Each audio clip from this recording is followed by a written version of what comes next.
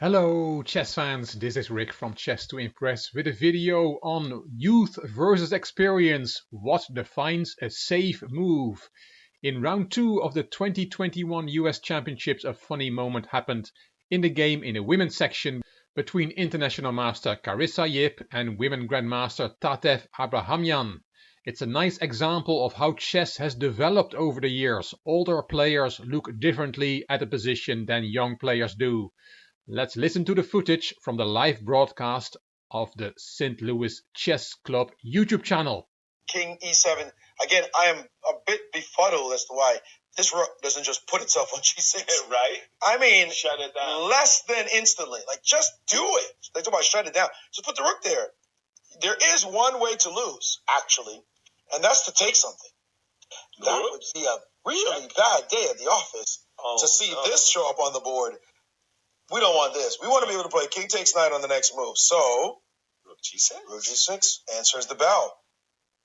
Wow, she didn't play it. She played a fancy move, queen c5 check. What? Is this real? Could you guys pull it up on your board? Just She to played make queen sure we c5 haven't check, and gotten a faulty transmission or something. what am I missing? I think she has played it. We don't understand why. You have to take the rook on f6. Okay, so she's got some fairly fancy way of winning the then rook on. You take on c6. King has to go to e7. If you go to f7, I go queen c7, and that wins the rook. No, but there's this. You have to King calculate. to f5 feels a bit off. But you are threatening checkmate. Just a second. You've got two rooks and a knight suddenly for the queen. Yeah. Why did she drop the rook? We're Rook missing g6 something. is just... We're missing something. Tell me. We must be missing something. What- Queen e5, king f7. Sorry, what? Queen e5 instead of queen takes c6. Okay. Queen E5? f, king f7, queen That's c7. what happened. That's what she did. Oh, wow. That's just, what a weird way to win, but it is true. Queen e5, The geometrics king f7, of this move, Queen queen c7 and winning a rook. Very Yeah. good. Man, this girl's on fire. Carissa. This girl's on fire. That was stylish. That was very stylish. I mean, it was would so never have unnecessary. done it. It was so I unnecessary. would never But it have was done it. very stylish. Like rook g6, you just play a la tempo, as you said, Maurice. The very end, you won in style, so to speak, with this move, queen c5 check, and wins the game. But for us old timers, old fogies, we play the move rook g6, and we don't even think about anything else. Nothing else crosses our mind. Did that move occur to you, or queen c5 was your first move? Oh, and you were going for that all the way, because rook g6, we thought, oh boy, Carissa's going to win the game for sure that way. Yeah, rook g6 was actually my first move, and then I don't even know, I kind of got in my head a little bit, and I was like, oh my god, what if I missed something? And I was like, I feel like queen c5 is safer, just to get that pair of rooks off. Queen c5 is safer. Okay. All right. Well, very, very nice finish. Well done. Well done. Thank you. Congratulations, Carissa. Wow. What a game. Safer. So it's all about this position.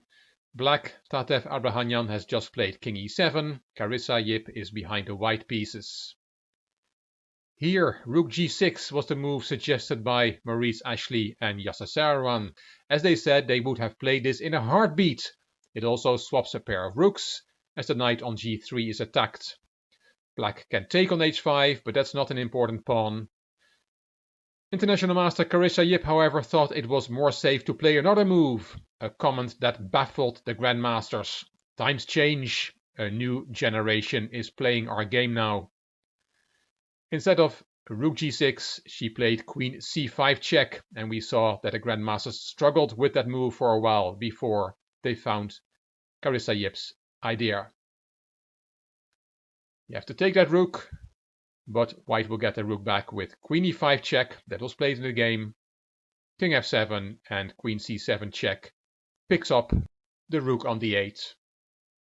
White will regain the rook. It's good for white to have swapped a pair of rooks. Black will be able to win the f-pawn with the knight e2 fork, forking king and pawn, but it's still an easy win for white. With her extra material and the black king in the open and the weak black pawns, The white queen will have a field day, roaming around the board, picking off black's pieces. Abrahamyan resigned in this position. And I picked out another little gem for you from the live broadcast of round 2 of the 2021 US Championships. Let's listen to the man with 1000 chess stories, the legendary Grandmaster Yasser Seirawan. One of the greatest swindles I ever saw was a Boris Spassky versus Zoltan Ripley swindle, where a stalemate. Spassky out of nothing, he was so dead to rights, conjured up a stalemate, and Zoltan Ripley fell right into it. And the look of absolute horror and disgust on, and this is in the candidates too. Oh, I mean, this was really, really, really painful. Yeah, I've fallen for those. I've fallen for one of those in my career. The stalemate? Yeah, Nicola Paglietti with one. Oh, no. I got my IM norm in that tournament anyway, and title, but man, I should have won that game. Crying about it 20 years later. I still remember it. More than 20. Yeah. 27 years later, I still remember that. 6 years ago. Jeez. And this is the position Seirawan was referring to. The game was played in the 1985 Candidates Tournament in Montpellier in the south of France. One of the reasons Seirawan remembered this game is that he played in that same tournament himself.